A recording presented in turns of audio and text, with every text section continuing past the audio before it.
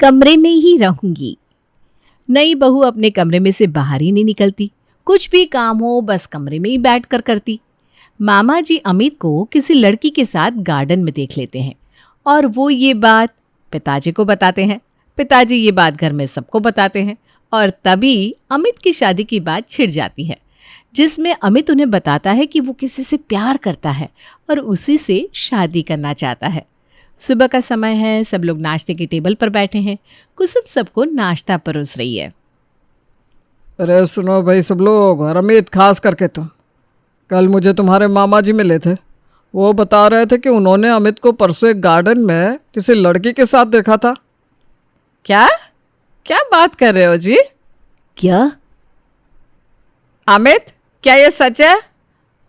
जी माँ, वो दरअसल ऐसा है कि देखो अमित बेटा, अब तुम बड़े हो गए हो, अच्छी खासी नौकरी भी है, तो हम तुम्हारी शादी के लिए लड़की ढूंढ रहे हैं। तुम्हारा क्या ख्याल है इस बारे में? जी पिताजी, वो मैं अरे क्या कब से वो मैं बोल रहे हो? कोई लड़की पहले से अगर तुम्हें पसंद है तो हमें बता दो। हाँ पिताजी, ठीक है अमित, कोई लड़की पसंद है तो बता दो ना। अमित बेचारा शर्मा जाता है। लगता है देवर जी शर्मा रहे हैं। एक्चुअली पिताजी, एक लड़की है, उसका नाम रीटा है। हम कॉलेज में एक साथ पढ़ते थे, तो वहीं हमारी दोस्ती हुई और अब हम एक दूसरे के साथ शादी भी करना चाहते हैं। अरे लड़की कौन है? माता पिता क्या करते हैं? कहाँ रहते हैं?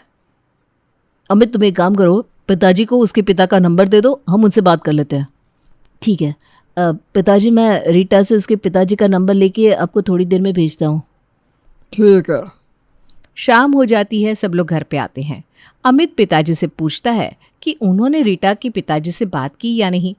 पिताजी सबको बताते हैं कि रीटा के घर वालों ने उन्हें रविवार को लड़की देखने के लिए उनके घर पे बुलाया है। सब लोग हॉल में सोफे पे बैठे हुए हैं। पिताजी, मैंने आपको रीटा के पिताजी का नंबर भेजा था, आपने उनसे बात की? हाँ, बात की रीटा के पिता से। उन्होंने हमें लड़की देखने के लिए रविवार को अपने घर पर बुलाया है। अरे वाह, तो इस रविवार को अमित भैया की होने वाली बीवी को देखने जाना है। अरे धीरज रखो प्रिया, अभी तक दुल्हन फाइनल नहीं हुई है। माँ तुम भी ना।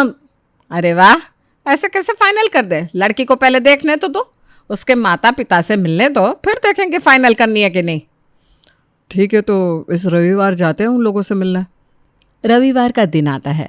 अमित और उसके घर वाले रीटा के घर पे जाते हैं। रीटा का घर बहुत ही बड़ा और आलीशान था। मिश्रा परिवार वहां बैठकर बातें कर गप्पे मार कर वापस घर आ जाता है। घर पर आने के बाद माँ अमित को समझाती है कि रीटा बड़े घर की लड़की है और वो उनके घर में एडजस्ट नहीं कर पाएगी, इसलिए अमित के लिए दूसरी लड़की से शादी करना बेहतर होगा। लेकिन अमित नहीं मानता, उसे तो रीटा से ही शादी करनी थी। कैसी लगी सबको लड़की, और कैसे उसके घर वाले? बेटा लड़की तो ठीक है, लेकिन वो ना बड़े घर की है, हमारे घर में एडजस्ट नहीं कर पाएगी बेटा। माँ ठीक कह रही है, जो लड़की तुमने चुनी है वो हमारे घर में एडजस्ट नहीं कर पाएगी। उनका परिवार कितना अमीर है। देखो अमित, लड़की दिखने में तो अच्छी है, लेकिन उसके घर का माहौल और इस घर के माहौल में ज़मीन आसमान का फ़र्क है। दोनों परिवारों का ज़िंदगी का तरीका काफ़ी अलग अलग है। उसके लिए इस घर की बहू बनना आसान बात नहीं है। प्यार और शादी में बहुत अंतर होता है। प्यार तो आदमी कर लेता है, लेकिन शादी के बाद उसे निभाना, खास करके ऐसी स्थिति में, बहुत मुश्किल होता है। मैं कहूँगा कि तुम एक बार और सोच लो इस बारे में। नहीं भैया, मैं फैसला कर चुका हूँ, मुझे इसी लड़की के साथ शादी करनी है। मैं जानता हूँ आप लोग क्या कह रहे हो, लेकिन मैं रीटा को बहुत अच्छी तरह से जानता हूँ, वो एडजस्ट कर लेगी भैया। अरे बेटा तुम समझते नहीं हो, उसकी परवरिश ही बहुत अलग तरीके से हुई है। वो मैं कुछ नहीं जानता, मुझे रीटा से शादी करनी है और मैं उसी से शादी करूँगा। ठीक है बेटा, जैसी तुम्हारी मर्जी, लेकिन बाद में मत कहना कि हमने तुम्हें समझाया नहीं। नहीं कहूँगा, थैंक यू। आगे चल के अमित और रीटा की शादी बड़े ही धूमधाम से हो जाती है। सब लोग बहुत खुश थे। शादी के दूसरे दिन सब लोग सुबह नाश्ते के वक्त टेबल पर जमा होते हैं, लेकिन रीटा वहाँ नहीं थी। यहाँ रीटा नौकरानी कुसुम को कमरे में बुलाती है और उसे नाश्ता कमरे में ही लाने के लिए कहती है। कुसुम, नाश्ता तैयार हो गया? हाँ दीदी, हो गया। अब आ रही हो नीचे नाश्ता करने? क्यों, आपकी तबीयत ठीक नहीं है क्या? तबीयत ठीक है, लेकिन मैं नीचे नाश्ता करने नहीं आऊँगी। तुम मेरा नाश्ता इसी कमरे में लेकर आओ ना। लेकिन दीदी सब लोग आपका नीचे इंतज़ार कर रहे हैं नाश्ता करने के लिए। तो उनसे कह देना कि मैं अपने कमरे में ही नाश्ता करना पसंद करती हूँ। लेकिन दीदी इस घर में सब लोग एक साथ मिलकर नाश्ता करते हैं और हंस के बहुत सारी बातें भी करते हैं। मुझे उनसे कुछ लेना देना नहीं है, तुम बस मेरा नाश्ता यहीं कमरे में लेके आओ। एक बार माँ जी से पूछ लूँ? कौन माँ जी? आपकी सासू माँ। सासू माँ से पूछने की कोई ज़रूरत नहीं है, तुमसे जितना कहा गया है उतना करो। जी दीदी। यहाँ नीचे सब लोग रीटा का इंतज़ार कर रहे थे। अरे अमित बेटा, रीटा आ रही है ना नाश्ता करने? हाँ माँ, आ जाएगी थोड़ी देर में। आप लोग नाश्ता शुरू करो ना। अरे ऐसे कैसे, आज उसका घर में पहला दिन है, थोड़ा इंतज़ार कर लेते हैं। उतने में सीमा देखती है कि कुसुम रीटा के लिए नाश्ता लेकर जा रही है। अरे कुसुम, ये नाश्ता कहाँ ले जा रही हो? रीटा दीदी के कमरे में। क्यों? उन्होंने नाश्ता अपने कमरे में मंगवाया। अरे ये क्या? अमित बेटा, रीटा की तबीयत ठीक तो है ना? हाँ माँ। अरे तो वो नाश्ता करने नीचे क्यों नहीं आ रही है? तुम ज़रा एक बार उससे बात कर लो। हाँ माँ, मैं अभी बुलाता हूँ। अमित रीटा से बात करने ऊपर कमरे में जाता है। रीटा तबीयत ठीक नहीं होने का बहाना बनाती है। अरे रीटा, नीचे क्यों नहीं आ रही हो? नीचे सब लोग तुम्हारा इंतज़ार कर रहे हैं। नीचे आना ज़रूरी है क्या अमित? क्या मतलब? मतलब मैं यहाँ बैठकर नाश्ता नहीं कर सकती? रीटा, इस घर में सब लोग एक साथ ही नाश्ता करते हैं, यहाँ की परंपरा है ये। पता नहीं, मुझे तो इन सब की आदत ही नहीं है। रीटा, तुम नए घर में आई हो, थोड़ी आदतें तुम्हें बदलनी पड़ेगी, थोड़ी मुझे। पता नहीं अमित, आज तो मेरा मन नहीं कर रहा है, थोड़ी तबीयत भी ठीक नहीं है। आज के दिन मैं यही कमरे में नाश्ता करती हूँ, तुम चाहो तो नीचे जा सकते हो। अमित नीचे आता है और घर वालों को बताता है कि रीटा कमरे में ही नाश्ता करेगी। क्या हुआ अमित बेटा, सब कुछ ठीक है ना? हाँ माँ, उसकी तबीयत थोड़ी ठीक नहीं है, वो कमरे में ही नाश्ता करेगी। हम लोग नाश्ता कर लेते हैं। अगले कुछ दिनों तक यही चालू रहता है। रीटा कमरे से बाहर नहीं निकलती, कुछ न कुछ बहाने बनाकर कमरे में ही रहती है। एक दिन रीटा अपनी सहेली गीता को फ़ोन करती है। गीता भी शादीशुदा है और उसकी शादी को 1 साल हो चुका है। रीटा, कैसे चल रही तुम्हारी नई शादीशुदा जिंदगी? वैसे तो ठीक है, लेकिन यहाँ के लोग ना थोड़े अलग हैं। अरे रीटा, वो तो होता ही है, शादी के बाद हर घर का माहौल अपने मायके के घर से अलग ही होता है। थोड़ा एडजस्ट करना पड़ेगा तुम्हें, थोड़े दिन के बाद सब सही लगेगा। वैसे तुम्हारे घर वाले कैसे? अच्छे हैं, सास ससुर और बाकी सब लोग भी, लेकिन मैं उन लोगों से ज़्यादा बात ही नहीं करती हूँ। क्यों? मुझे नहीं पसंद उनसे ज़्यादा बात करना, मैं ज़्यादातर अपने कमरे में ही रहती हूँ।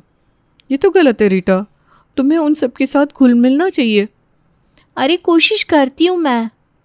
अच्छा, मैं जा रही हूँ, मुझे ना मेरी सास बुला रही है। अरे सुन तो। पर गीता फ़ोन रख के चली जाती है। एक दिन घर पर मेहमान आते हैं, लेकिन रीटा उनसे मिलने बाहर ही नहीं आती। लता सोचती है कि रीटा को अपने हाल पर ही छोड़ दे। लता के भाई भाभी अपने 2 साल के पोते को लेकर लता से मिलने आते हैं। रीटा कमरे में से चुपके से सब देखती रहती है। वो चाहती थी कि उनके छोटे पोते से जाके मिले, लेकिन पता नहीं क्यों वो जाती नहीं। अरे आइए भाई साहब, आइए।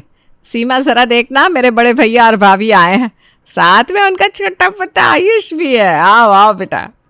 सीमा अंदर से भागते हुए आती है और उनके पैर पड़ती है।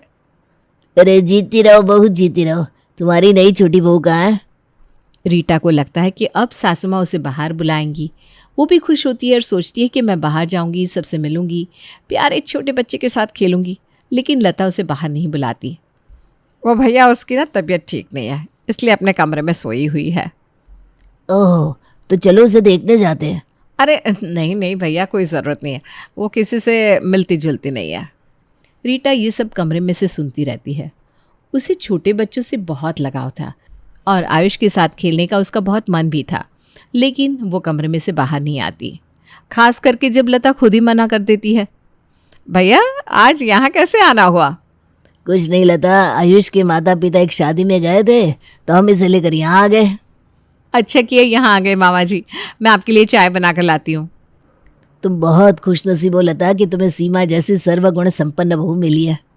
ये सुन के रीटा को बहुत जलन महसूस होती है। इस घर में मेरे बारे में कोई अच्छा क्यों नहीं बोलता है? यहाँ सीमा बच्चे से खेलने में लग जाती है। रीटा फिर से अपनी सहेली गीता को फ़ोन करके पूरी हकीकत बताती है। देखना गीता, आज घर पे सासू माँ के भाई भाभी और उनका छोटा प्यारा पोता आए थे। उन्होंने मुझसे मिलने की बात की तो सासू माँ ने मना कर दिया। अरे तो तुम खुद क्यों नहीं चली गई मिलने? मेरा तो बहुत मन कर रहा था, लेकिन मुझे लगा वो लोग बुलाएंगे मुझे तो मैं जाऊंगी। लेकिन सासू माँ ने सीधा बोल दिया, रीटा की तबीयत ठीक नहीं है, वो किसी से मिलती नहीं है। तो इसमें सासू माँ की क्या गलती है रीटा? तुम अपने कमरे से बाहर ही नहीं निकलती, किसी के साथ घुलती मिलती नहीं, तो वो तो यही करेंगी ना, या फिर अपने मायके वालों के सामने तुम्हारी वजह से अपनी नाक कटवाएंगी। मुझे नहीं लगता उन्होंने कुछ गलत किया है। अगली सुबह जब कुसुम रीटा को नाश्ता देने जाती है तो रीटा उसे भी अपनी नाराज़गी बताती है। कुसुम ये बात सीमा को बताती है। फिर सीमा इस बारे में लता से बात करती है। सासू माँ, लगता है रीटा को लग रहा है कि उसे हमसे घुलना मिलना चाहिए। कल मामा जी आए थे तो उसे लगा था कि हम उसे बाहर बुलाएंगे और सबसे मिलाएंगे। अरे मिलना था तो खुद आ जाती, हम क्यों बुलाए? हमने तो काफ़ी बार उसे बुलाने की कोशिश की, लेकिन उसे कमरे से बाहर निकलना ही नहीं, तो हम क्या करें? अब मैं जाके उससे बात करूं क्या? नहीं सीमा, तुम इस घर की बड़ी बहू हो, तुम्हारा भी कोई मान सम्मान है। छोटे घर से हुई तो क्या हुआ? सीमा कुछ सोचती रहती है।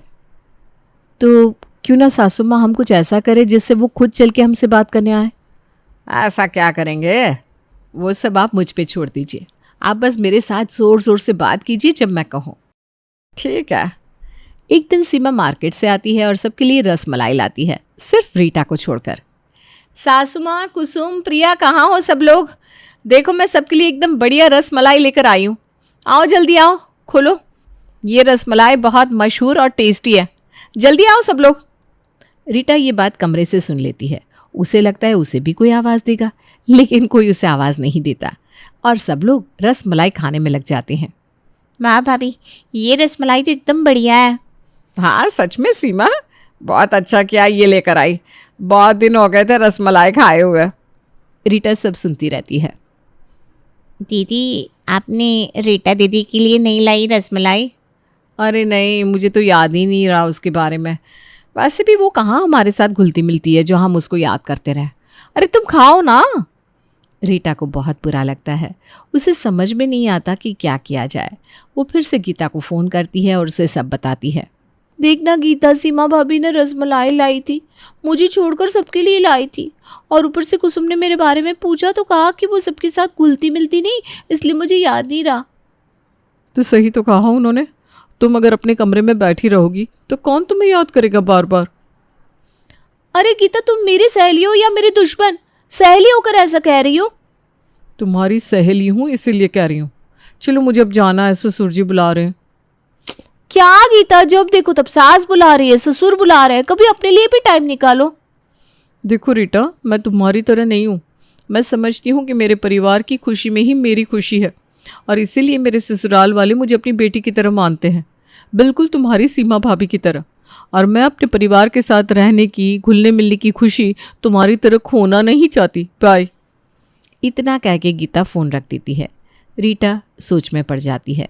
एक दिन शाम को जब सब लोग घर पे थे तो सीमा सबको बताती है कि उसने प्रिया के लिए एक बहुत अच्छा रिश्ता लाया है और वो सबको लड़के का फ़ोटो भी दिखाती है। सब लोग टीवी के सामने बैठकर टीवी देख रहे थे। अरे सुनो सब लोग, प्रिया के लिए एक बहुत अच्छा रिश्ता आया है। सीमा जानबूझकर ये बात ज़ोर से बोलती है ताकि रीटा को भी सुनाई दे। रीटा भी ऊपर के कमरे से सुन लेती है और चुपके से देखती रहती है। अरे वाह, बड़ी बहू ने रिश्ता लाया है तो बढ़िया ही होगा। कौन है, क्या नाम है लड़के का, क्या करता है? भाभी ना। अरे ज़रा हमें भी तो बताओ। घर में अचानक से एक हंगामा सा हो जाता है। रीटा ये सब ऊपर से देखती रहती है। अरे लड़का बैंक में जॉब करता है और इसी शहर में रहता है, वो मेरे मामा का लड़का है। अरे वाह, बहुत बढ़िया। अरे सीमा, जरा लड़के की फोटो तो दिखाओ। सीमा अपना फ़ोन सबको देती है। लड़का दिखने में तो बहुत अच्छा है। हाँ सच में अच्छा है। हमारी प्रिया के तो भाग खुल गए भाई। अब रीटा से रहा नहीं जाता, उसे भी लड़की का फ़ोटो देखना था और प्रिया के रिश्ते के बारे में सबसे बात भी करनी थी। रीटा दौड़कर अपने कमरे में से नीचे आती है। अरे कोई मुझे भी दिखाओ, मुझे तो कोई पूछ ही नहीं रहा। मैं भी इस घर की छोटी बहू हूँ। क्योंकि तुम अपने कमरे से बाहर ही नहीं निकलती तो तुम्हें क्या पूछे? तुम्हें इस घर की खुशी से, घर वालों से कुछ लेना देना भी है? मुझे माफ़ कर दीजिए सासू माँ, मुझसे गलती हो गई। मैं आप सबसे घुल मिल कर रहूँगी। दरअसल ना मेरे घर का माहौल अलग था, इसलिए मुझे एडजस्ट होने में टाइम लगा। लेकिन अब मैं समझ गई हूँ, परिवार की खुशियों में ही अपनी खुशी होती है।